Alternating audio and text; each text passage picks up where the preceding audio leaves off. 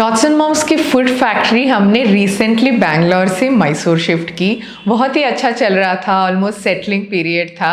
तब जाके 3 महिलाएं प्रेग्नेंट हो गई। तो अच्छी बात तो है, बट 2 लोग आए मेरे पास कि उन्हें क्विट करना है काम। एक तो बताया ही नहीं, वैसे ही काम छोड़ दिया। तो मैंने तब सोचा कि हम महिलाओं में इतना डर बैठा रहता है प्रेगनेंसी के दौरान, काम ना करे तो अच्छा है, काम करे तो कुछ हो जाएगा तो क्या करे। तो इस विषय में मैं एक वीडियो बनाऊं। तो इस वीडियो में हम बात कर रहे हैं फैक्टर्स, ऐसे अंश जो हमें ध्यान में रखना चाहिए और हर एक फैक्टर को हमें विचार विनिमय करके डिसाइड करना चाहिए। और थोड़े एग्जाम्पल्स की भी बात करेंगे, प्रेगनेंसी के दौरान काम किसने किया, जिसने ना किया और रिजल्ट क्या था। तो इस वीडियो में हम बात कर रहे हैं टोटली प्रेगनेंसी के दौरान काम करना चाहिए कि नहीं। तो चलिए आज का वीडियो शुरू करते हैं।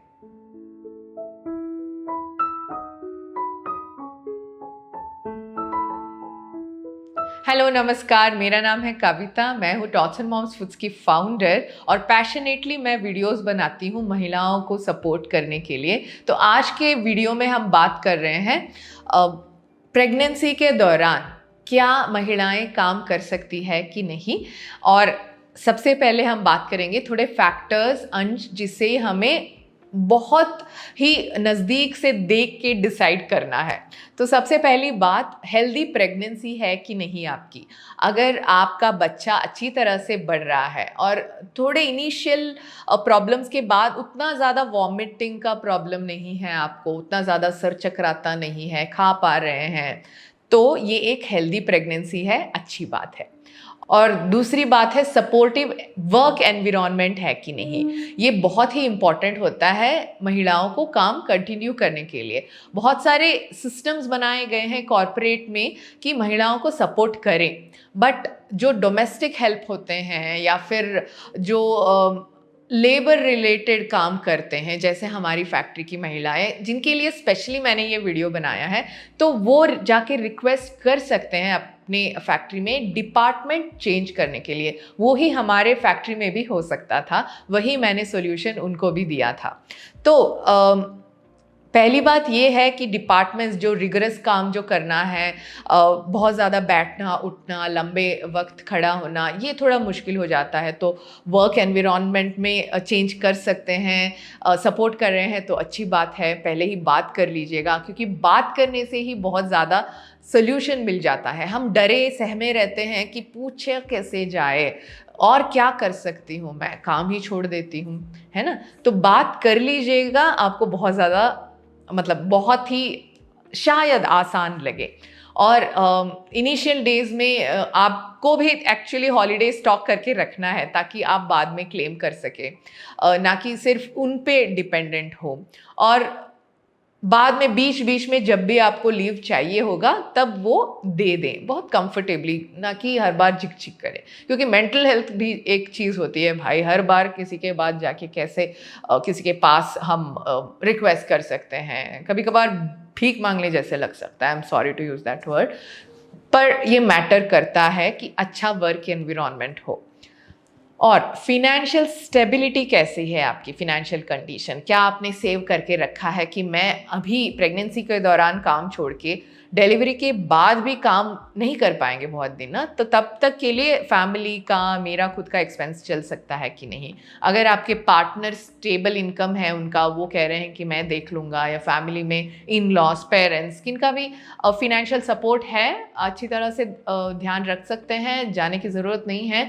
तो आप डिसाइड कीजिएगा कि आपको क्या करना है। काम करने से अच्छा लगता है या घर में रह के कुछ और पैशन फॉलो करती हूँ, आसान सा कुछ एक्टिविटी वगैरह, योगा वगैरह ज्वाइन करके करती हूँ, that should be your decision.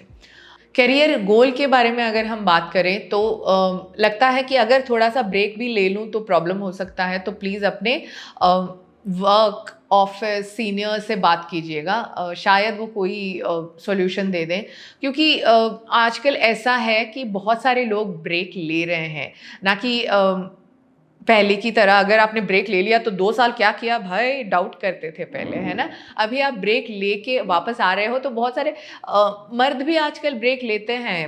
Long world tour हो गया, या फिर हमारे शहर में या हमारे गांव में मेरी ज़मीन है, वहाँ पे मैं जाके थोड़ी खेती बाड़ी करके आता हूँ। थोड़ा सेटल करने के बाद 1 साल का ब्रेक होने के बाद मैं वापस आके सिटी में काम करूँगा। ऐसे ब्रेक वो भी लेते हैं, महिलाएं भी लेते हैं, तो वो ऑप्शन भी रहता है। तो प्लीज़ वर्क फ्रॉम होम वगैरह जो भी ऑप्शन है चूज़ कीजिएगा, चेक कीजिएगा।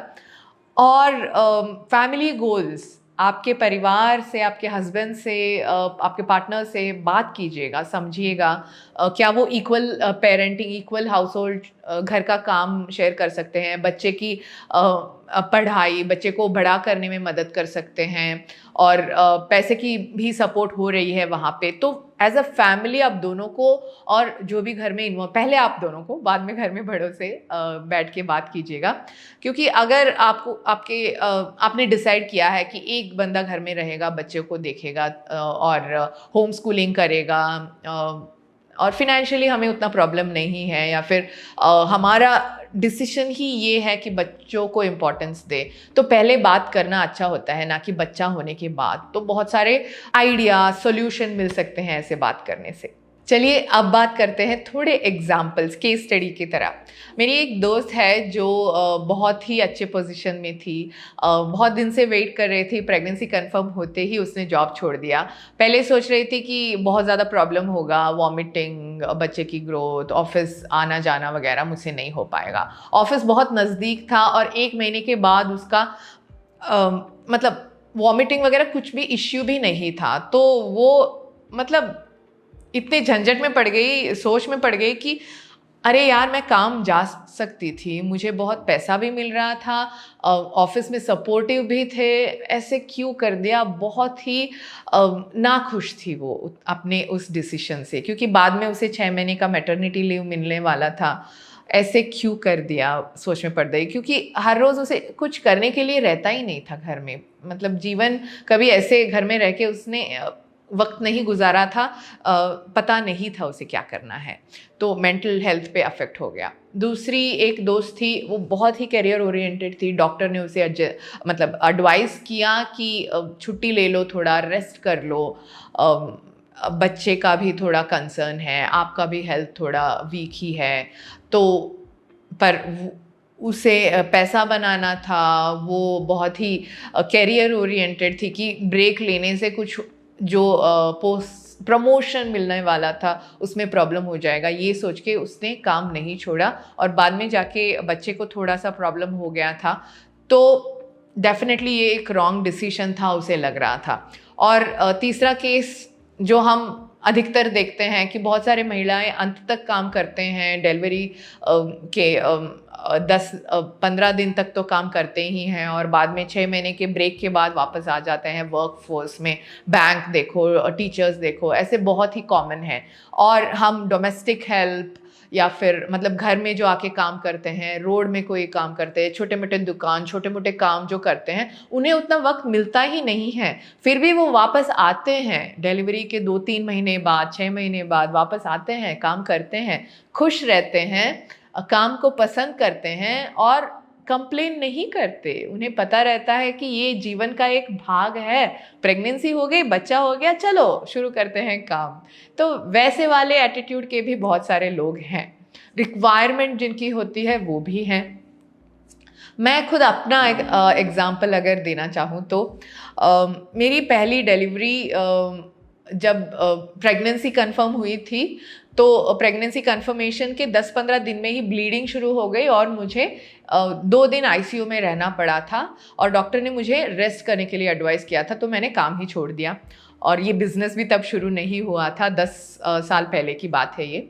और बाद में तो रेस्ट कर रही थी, घर में कुछ काम नहीं था तो दिन भर टीवी देख रही थी, crime thriller, crime petrol actually ज़्यादा देख रही थी, तो बीपी बढ़ रहा था। घर में भी बहुत सारे कुछ स्टोरियाँ रहती है ना घर में, कहानियाँ, या फिर कंप्लेनिंग, गॉसिपिंग, बहुत सारा फैमिली ड्रामा भी चल रहा था। उस दौरान प्रॉपर्टी का कुछ इश्यू चल रहा था, तो मेरा बीपी शॉर्ट अप हो गया 6 महीने में ही। बहुत फूल गई मैं, और बच्चा नहीं बढ़ रहा था अंदर। तो 8वें महीने में ही मुझे डिलीवरी करना पड़ा, 8वें महीने के बिगिनिंग में। और बच्चे का वेट सिर्फ 1.5 किलो था। मुझे बीपी इश्यू था, मैं आईसीयू में थी मैं 2-3 दिन। मेरी बच्ची 25 दिन एनआईसीयू में, और बाद में भी उसकी देखभाल करना बहुत प्रॉब्लम हो गया था।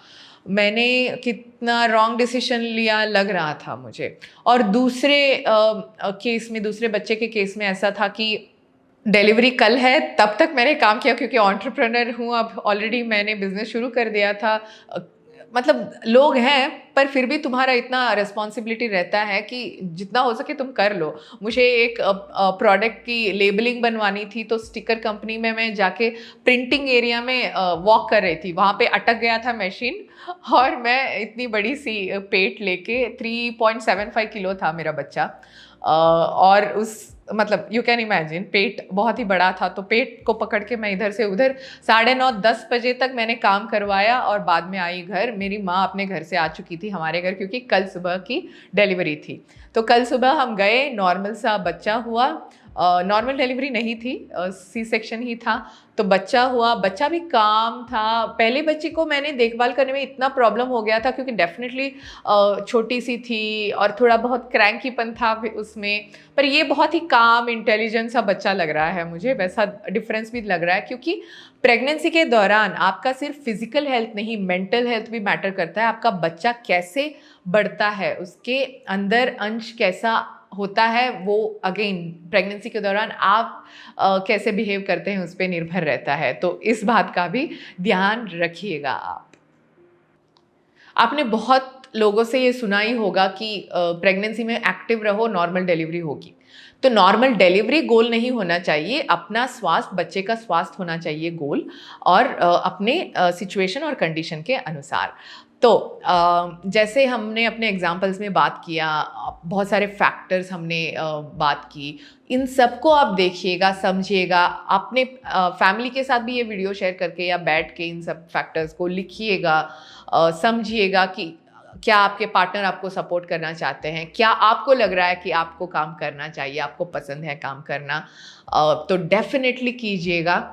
पर एक बात तो आपको ध्यान में रखना ही है, आपको अगर कंडीशन ऐसा है कि काम पे जाना है forcefully, may be financial issues या घर में बहुत झगड़ा होता है इसीलिए, पर डॉक्टर ने एडवाइस किया है कि आप रेस्ट करो, तो नेचर के खिलाफ मत जाना। प्रकृति माँ आपको सपोर्ट नहीं कर पाएगी, क्योंकि एक लिमिटेशन होती है प्रेगनेंसी में कि आपका हेल्दी बच्चा बढ़ रहा है अंदर, आपको कुछ प्रॉब्लम नहीं है।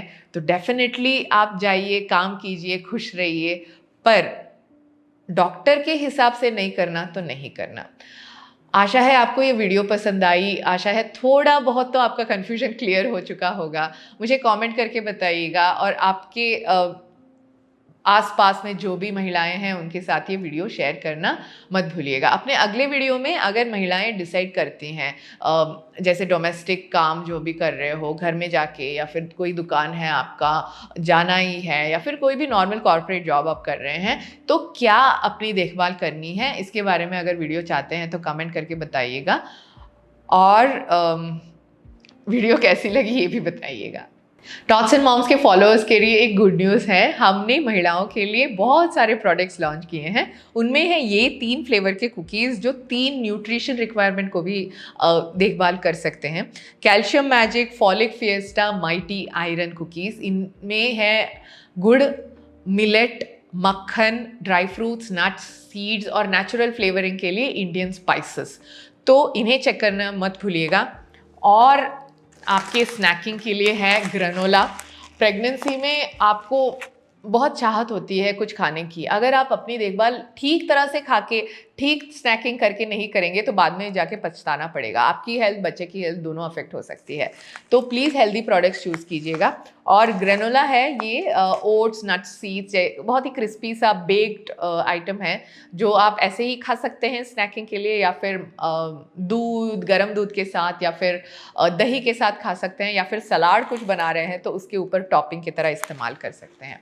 और अगर आपको कह रहे हैं कि दूध पियो तो कमर्शियल शुगरी प्रोडक्ट्स को छोड़ के प्लीज़ आप हमारे नट्स प्रो मिल्क बूस्टर को चेक कीजिएगा। इसमें है ड्राई फ्रूट, सीड्स और प्रोटीन के लिए जो भी रिक्वायरमेंट है, nuts pro, nuts and protein का कॉम्बिनेशन है ये। तो प्लीज़ चेक कीजिएगा। गुड़ से मीठापन आता है यहाँ पे, और मैं बताऊँ आपको यहाँ पे बहुत ही ज़्यादा परसेंटेज में ड्राई फ्रूट्स हमने यूज़ किए हैं, और इसीलिए ये बहुत ही लोग ऑलरेडी पसंद करते हैं एंड परचेज़ कर रहे हैं, क्योंकि ये पुराना प्रोडक्ट हम रीलॉन्च कर रहे हैं। और ये है मेथी शक्ति। मेथी पता होगा तो महिलाओं के हेल्थ के लिए बहुत ही रिक्वायर्ड है, बहुत ही रेकमेंडेड है। साउथ इंडिया में हमारे घर में ना ये बहुत बनाया जाता है। लड़कियां जब बड़ी होती हैं तो 2-3 महीने तक इसका रागी बॉल जैसे स्टीम करके इसे दिया जाता है।